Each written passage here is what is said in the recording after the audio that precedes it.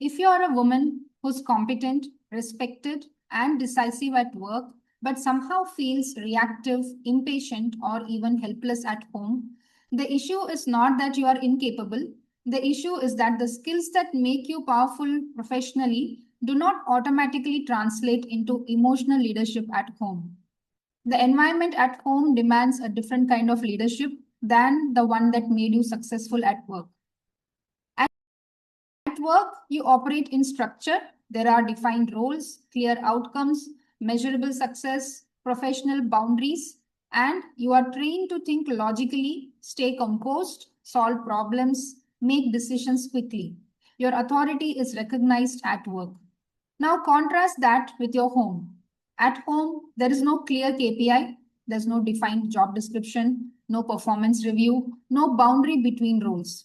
And the one place where you expect to feel in control is the one place where you feel the most destabilized, where emotions are unfiltered. That contrast creates confusion. How can I manage large teams and deadlines but lose patience over something small at home? This question is more common than we admit.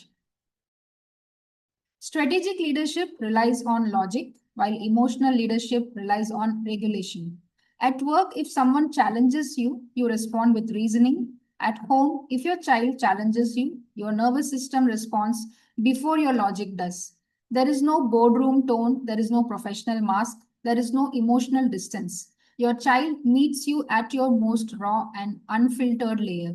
And if your internal system is overloaded, you don't respond as a leader, you react as a human under pressure. That does not mean you're failing, it means the arena is different. Many high-performing women suppress emotions all day.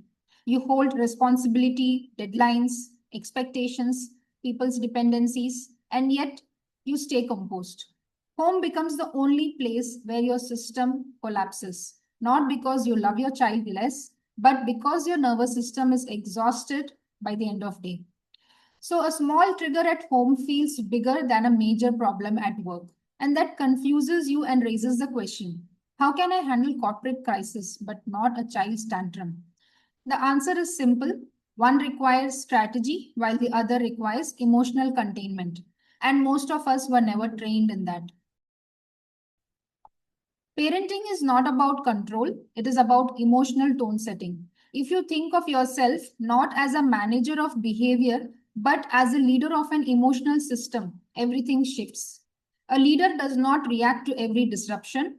A leader stabilizes the environment. And children, especially the young ones, mirror emotional stability more than instructions. When your internal leadership strengthens, the home atmosphere shifts, not instantly, not magically, but slowly and steadily. If you are a high-functioning, capable woman who feels unexpectedly destabilized at home, please know this. There's nothing wrong with your competence. The solution is not self-criticism, it is recalibration. You are simply operating in an environment that requires a different kind of leadership, and that skill can be learned. In this space, I explore parenting through that lens, not as perfection, but as regulated leadership. Thank you for being here.